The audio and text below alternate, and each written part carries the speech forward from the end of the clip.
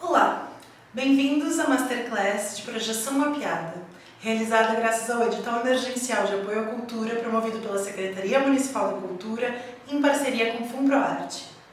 Eu me chamo Lívia Queixe, eu sou arquiteta urbanista e realizadora audiovisual e vou acompanhar vocês nessa explanação.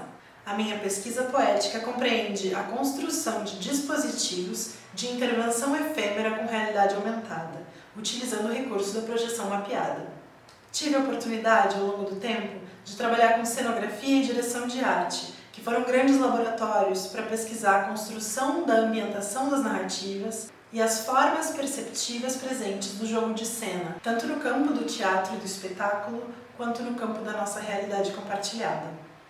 Então, a partir da ideia de colagem, da sobreposição de imagens e de que uma imagem existe apenas enquanto simulacro de uma ausência, pensando a nossa dinâmica dentro da pandemia de percepção do mundo concreto lá fora, do que podemos chamar de realidade, mediada por esses dispositivos emissores de luz e imagem, como as telas dos nossos celulares, computadores e tablets e televisão, eu penso que a realidade aumentada, entendida como a criação de uma situação experienciada de maneira compartilhada, em oposição à realidade virtual, nesse caso entendida como um produto de consumo individual, a projeção mapeada oferece um campo de atuação de superação situacionista do que os surrealistas estavam propondo no início do século passado. Então, há um salto da vanguarda moderna para o século XXI. Se a gente pensa que o século XXI é o tempo em que a ciência ultrapassa a si mesma e encontra a fantasia, a projeção mapeada é uma ferramenta interessante para a gente desdobrar leituras e narrativas acerca do real. Eu parto do princípio de que as cidades em que nós vivemos também são as cidades com as quais nós sonhamos. Eu vou apresentar alguns referenciais artísticos para compartilhar com vocês. Preciso começar pelo Josef Svoboda, que foi um arquiteto cenógrafo tcheco que atuou principalmente após a guerra e teve muito da sua trajetória reconhecida ao estar vinculada com Lanterna Mágica, que não só era um corpo de baile, mas também era um movimento artístico.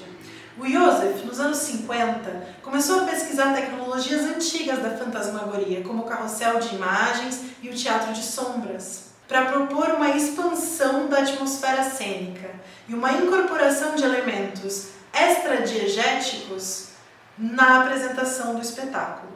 Saindo do campo do espetáculo para adentrar o campo da experiência cotidiana, Krzysztof Wodiczko desenvolve um trabalho muito importante ao ressignificar, ativar e problematizar marcos construídos do ambiente urbano compartilhado.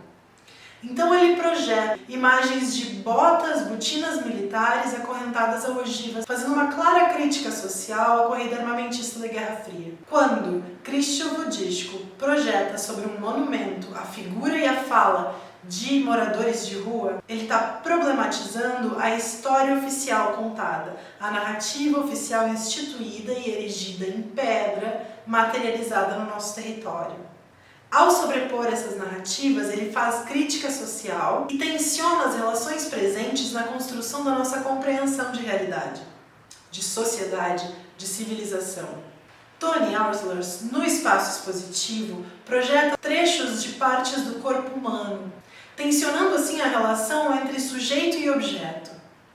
No cenário brasileiro, Hélio Oiticica, ao criar Cosmococa, desenvolve uma experiência imersiva e instalativa de projeção mapeada. A Regina Silveira, artista gaúcha, também tem uma pesquisa poética vasta a respeito da percepção e da projeção dos espaços.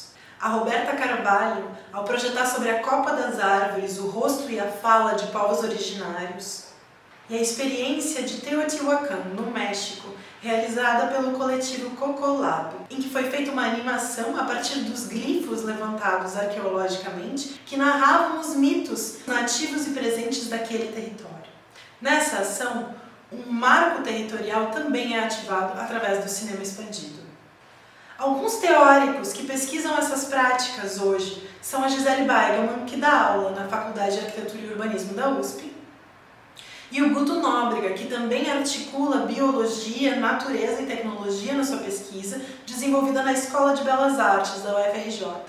A Rita Stylo escreve a respeito da nossa mediação da percepção da realidade através desses dispositivos luminosos, as telas dos computadores, dos tablets, dos celulares, que hoje em dia são tão presentes e são as nossas janelas para o mundo. O Didi Huberman, ao escrever sobre a sobrevivência dos vagalumes, traz a importância de um aconchego de meia luz ou da não-luz para ser perceptível a luz sutil. Bachelard, ao escrever sobre a chama de uma vela e a capacidade generativa da nossa imaginação a partir de um estímulo tão ínfimo e tão simbólico e tão significativo. Tensiona também as relações entre a tela mental e as nossas percepções do mundo externo. Agora o trabalho prático. O que é necessário para se realizar a projeção mapeada?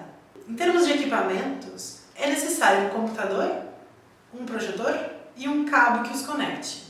Então é importante prestar atenção em quais são as saídas de vídeo que o teu computador dispõe e quais são as entradas que o teu projetor apresenta. Se houver incompatibilidade entre uma saída de vídeo VGA, HDMI, Mini DisplayPort, etc., e a entrada do teu projetor, existem adaptadores no mercado. É só buscar o comércio especializado com tecnologia de audiovisual que facilmente tu vai encontrar o adaptador certo.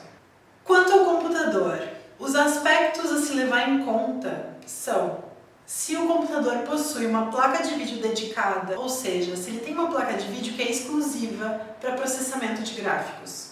Também é importante que o computador apresente um bom processador, porque ele vai precisar processar dados com uma alta velocidade.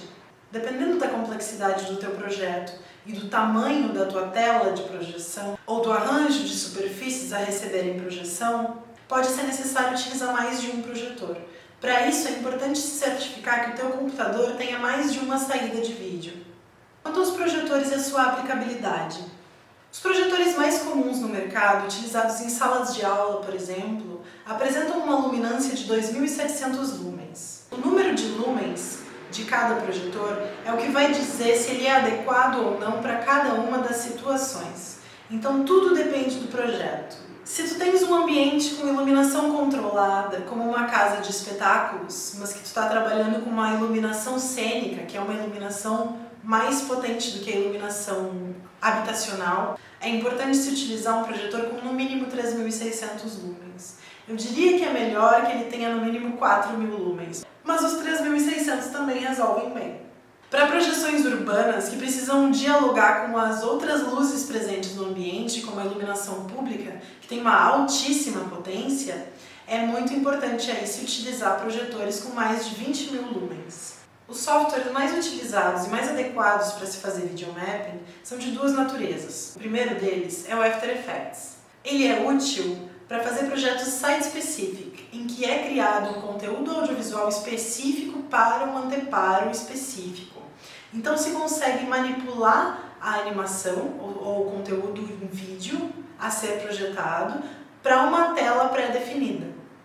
Ele é um programa de pré-projeto, ele é um programa de pré-mapeamento. Eu não vou me aprofundar em After Effects aqui, e já sendo que podemos nos aprofundar mais em After Effects numa próxima oportunidade. O outro tipo de software são os softwares de performance de projeção mapeada, que permitem uma flexibilidade entre o conteúdo que já foi gerado e as necessidades locais e circunstanciais da prática da projeção. São eles MapMap, MadMapper, Isadora, Mapio, HeavyAim e o Resolume. A maioria desses programas apresenta uma interface razoavelmente similar. Eu vou apresentar para vocês o trabalho dentro do Resolume. O Resolume Arena vem junto com o Resolume L, que é um conversor de codecs. Por quê? Cada câmera grava um vídeo em um codec diferente. O codec é um código. O Resolume é mais familiarizado com os formatos .mov e .png.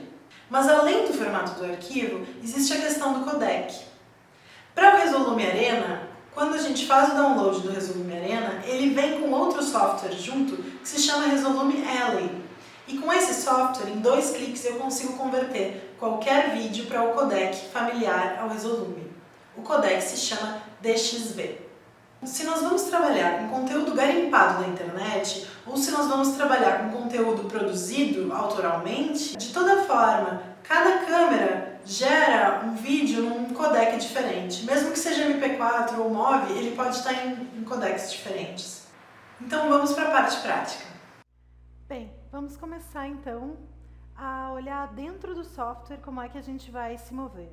E aqui dentro do meu computador eu já estou com todos os vídeos que eu vou querer utilizar. Todos eles já foram convertidos, menos esses dois. Eu vou mostrar para vocês como é que a gente faz. Primeiro a gente abre o Resolume Alley e nós podemos achar o nosso arquivo a converter para o codec certo do Resolume a partir do browser, e ele vai estar exatamente ali. Ou também é possível a gente simplesmente arrastar o vídeo para dentro do software e ele vai começar a não só te mostrar o vídeo, mas ele vai te mostrar essas três abas aqui. Então a primeira coisa é a gente clicar em converter e ele vai te dar essas opções. O que a gente quer é manter o DXV, pode ser normal, eu não vou mexer em nada. Aqui se pode escolher qual vai ser a pasta no Output Folder, qual vai ser a pasta onde vai ser salvo o meu arquivo convertido.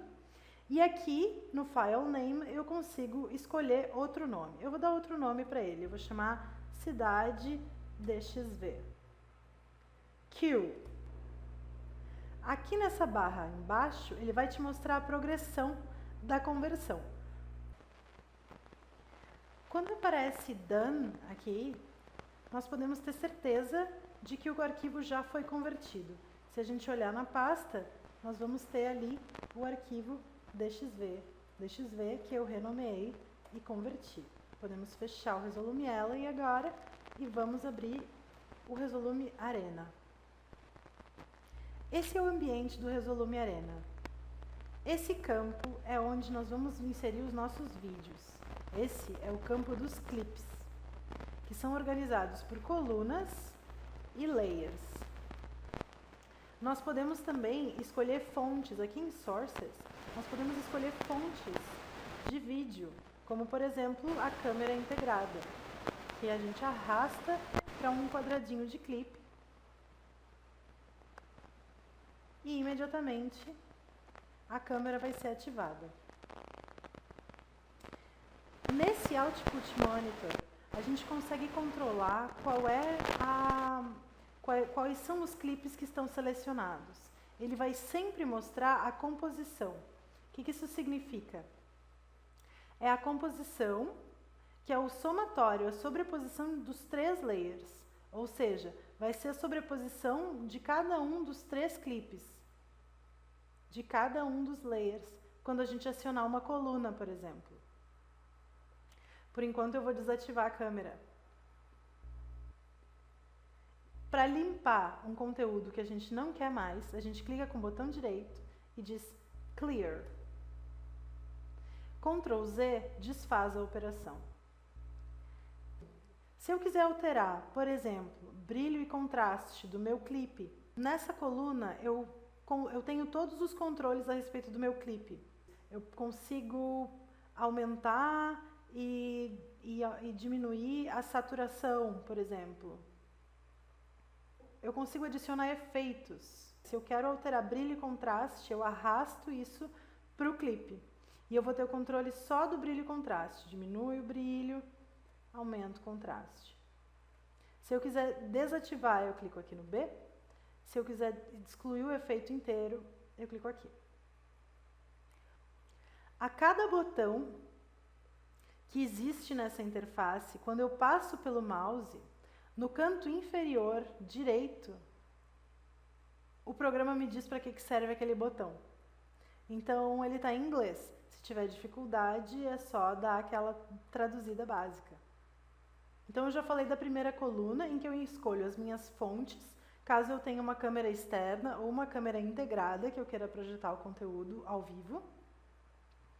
Eu tenho os efeitos, que eu aplico aos clipes e aos vídeos que eu importo no programa.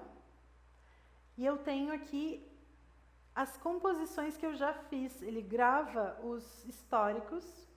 E aqui eu tenho um acesso aos arquivos. Caso eu queira buscar um arquivo aqui por dentro mesmo, Por exemplo, aqui eu vou pro meu D e aqui vai estar todas as minhas pastas. E dessas pastas eu posso puxar um arquivo para ser um clipe da minha timeline. Então aqui meus vídeos, e eu vou arrastar eles, eu vou arrastar qualquer um deles para virar um clipe aqui. E aí eu digo, eu não quero mais ver o meu rosto, eu quero ver esse céu. E aqui ele vai me mostrar a composição. Se eu tiver os dois em coluna e ativar a coluna, ele vai sobrepor com um alfa. Ele vai ler que os pretos são mais transparentes que os brancos. E nos efeitos, na barra de efeitos, sobre cada um dos clipes, eu consigo alterar essas leituras que o programa faz. Eu consigo diminuir, por exemplo, a opacidade de um dos vídeos, aqui no M. Só que ele faz isso para todo o layer. Então, nós temos aqui também a coluna que altera os layers. Então, eu posso ter um layer inteiro de vários vídeos semi-parecidos e que eu aplico um efeito. Eu posso pegar esse Brightness Contrast e aplicar no layer inteiro. Então, todos os vídeos que estiverem no meu layer vão sofrer essas alterações. Então, eu vou abrir aqui o antigo, a minha composição antiga, Open Recent Masterclass. Tem certeza? Tenho. Uma vez dentro do software, eu vou dizer que o meu output vai ser o display que ele está chamando de 3, que tem essa resolução. Notem-se que a resolução da tela do meu computador é 1920 por 1080, mas a resolução máxima do projetor é 1024 por 768. Isso o computador identifica automaticamente. Eu vou dizer que o meu output, que está disabled, está desativado, eu vou dizer que ele vai ser de tela cheia no display 3. Muito bem, mas eu não tenho nenhum clipe selecionado. Então vamos selecionar o primeiro clipe.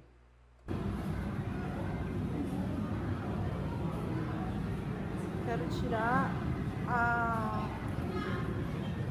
aqui no meu comando de clipe que está selecionado, que é esse que a gente está vendo no output, e que está saindo no projetor, ainda sem mapeamento, eu consigo tirar a linha de áudio. Mas ele vai parar de tocar, eu vou ter que ativar ele de novo. Muito bem, eu noto que o vídeo ele tem uma posição diferente, olha só a escala dele, ó, ele tem... Aqui eu altero a escala no comando do clipe, para saber que ele vai preencher tudo. Tudo que é possível, todo o campo possível de saída de vídeo do meu projetor. Certo? Eu consigo também alterar brilho e contraste, porque cada projetor vai responder diferente. E cada contexto vai ter outras luminâncias e vão fazer necessário fazer esse ajuste fino. Para setar a minha composição para o tamanho exato do meu projetor, eu vou em Composition, Settings. Eu dou um nome para ela e eu digo qual é o tamanho dela. Eu utilizo exatamente o tamanho que é a resolução nativa do projetor. Aplica-se. Bom, agora vamos para a parte de mapear. Nós vamos em Output, Advanced. Eu vou criar uma nova screen. E essa screen vai ser saída, ela vai ter a saída dela mapeada para o display 3.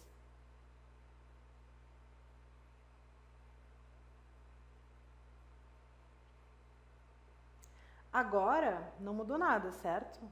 Mas eu consigo selecionar esse meu slice, vai ser a minha primeira forma. Então vamos dizer que como ele está pegando de input, aqui eu tenho input selection. Como eu tenho uma tela um pouco menor, outra um pouco maior e outra que é uma esfera, e eu quero que tudo seja um mesmo vídeo, eu vou selecionar o Input Selection para um formato mais ou menos do formato da minha primeira tela que eu quero mapear. No Output Selection, eu vou selecionar o que é a saída de vídeo lá, ó. E aí eu vou dizer que esse meu shape, que esse meu slice, corresponda apenas à tela da esquerda. Ai, ficou torto? Claro, porque a gente está aqui no comando Transform. Se eu for aqui em Edit Points, eu tenho muito mais fineza, eu tenho um ajuste fino do mapeamento da imagem. Mapeamentos muito complexos, é importante mostrar o Slice Grid, que vai permitir com que a gente mostrar o Slice Grid e mostrar no Output. Porque assim ele me mostra onde é que está o meu cursor, as linhas, o encontro dos vetores vermelhos é onde está o meu mouse. Aqui no Output Monitor, no Advanced Output. E aí eu seleciono cada um dos vértices para posicionar exatamente aonde eu quero nas formas que eu estou gerando. Bom, aqui a gente já encontrou um problema. Ó. Tem um sólido na frente. Por enquanto, a gente não vai mexer nisso. Porque eu quero mostrar uma outra coisa para vocês. Eu consigo manipular a minha forma não só como linhas retas, mas eu consigo manipular ela como vetores de Bézier. Quando eu seleciono aqui como um modo de pontos como Bézier, eu consigo manipular mais ainda para superfícies que não são retas, como no caso é esse papel vegetal, utilizado nessa instalação. Olha só, aí não vaza absolutamente nada de vídeo para fora, por causa desses ajustes finos. Pelo menos é essa a ideia.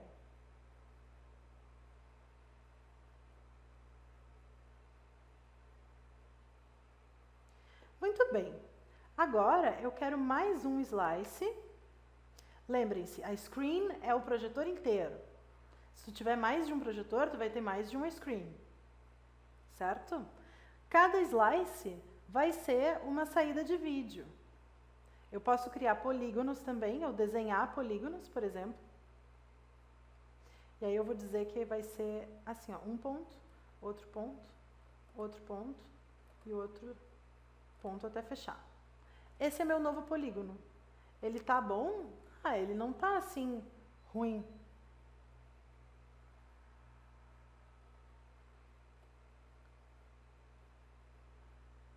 Só que ele se permite, essa aqui é Input Selection, né? Então ele está te mostrando, no Edit Points eu consigo deixar ele um pouco mais reto, assim, caso eu queira uma maior ou menor rigidez. Mas isso é no Input Selection, no Output Transformation é outra coisa que acontece. Aí é aqui que a gente vai realmente mapear o nosso sólido, a nossa screen, o nosso slice.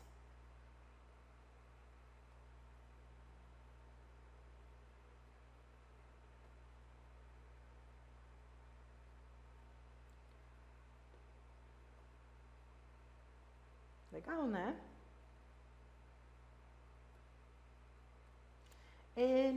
O software tem em si um snap, que ele automaticamente encontra limites das formas, meios das formas e eixos das outras formas. Por exemplo, ele vai snapear no vértice do outro polígono.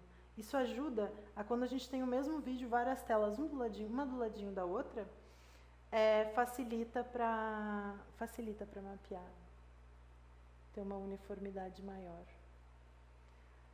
Legal.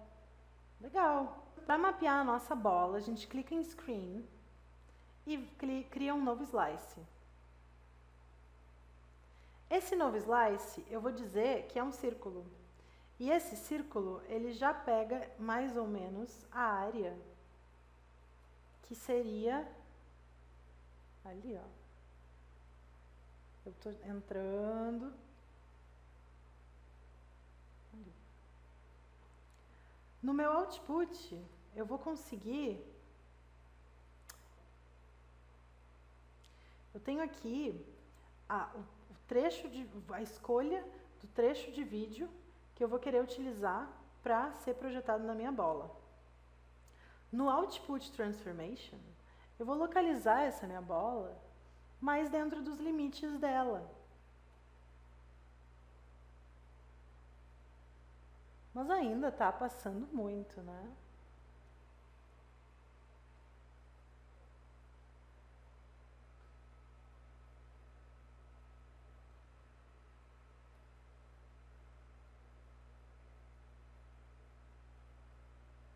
Só a área que eu quero que ela pegue, que é a área da nossa bola física, real.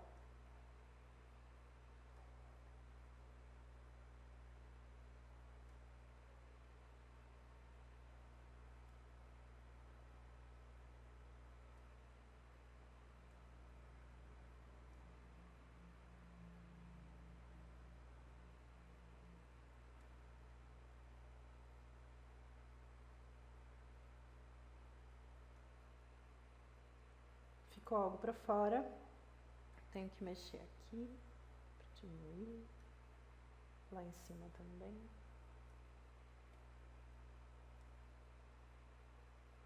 E assim nós temos salvar e fechar. Era isso que eu queria? Não sei se é isso que eu queria. Na verdade, eu gostaria que a bola apresentasse um outro vídeo. Que a gente tem aquelas duas telas do fundo com o mesmo vídeo, mas que a bola seja outro vídeo. Como é que eu posso fazer isso? Assim, eu vou em Output, Advanced, e eu vou dizer que a minha bola vai ter a fonte Input Source, aqui está como Composition. Eu vou dizer que o Input Source vai ser só o que está no Layer 2. E eu vou tirar essa opacidade aqui. E eu vou dizer que o que está no meu plano A, o meu plano da direita, vai ter como input, a fonte de input, vai ser o Layer 1. Assim como o meu B vai ser... vai ser o Layer 3, que é o mais de cima. E esse aqui também vai ser o Layer 3. Tira a opacidade, tira a opacidade.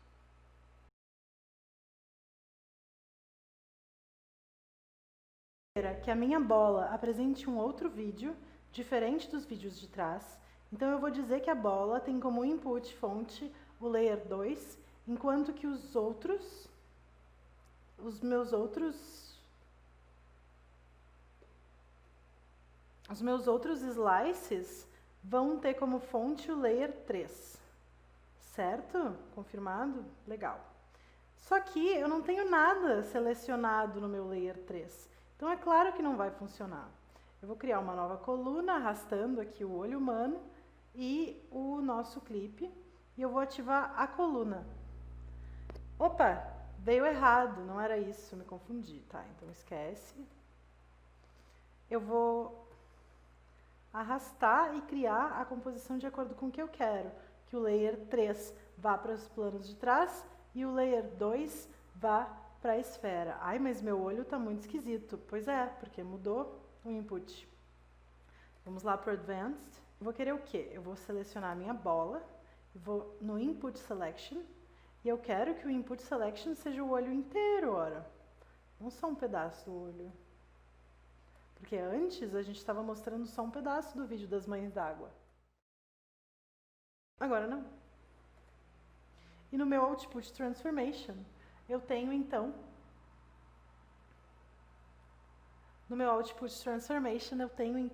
caso o meu olho se mova, eu consigo afinar. E aí existe projeção apenas onde existe olho. Notem que eu posso alterar o meu Input Opacity e ele mostra a composição um pouco, ele deixa vazar um pouco do vídeo de trás, e se eu desseleciono o Input Opacity, ele vai me dar a opacidade total. Agradeço a todos os artistas e pesquisadores que foram aqui referenciados. Agradeço ao Sistema Público de Educação brasileiro. Agradeço às universidades públicas, em especial ao Programa de Pós-Graduação em Artes Visuais da Universidade Federal do Rio Grande do Sul. Agradeço a escuta ativa de todos que me assistiram até aqui e espero ter podido contribuir com o crescimento artístico de vocês.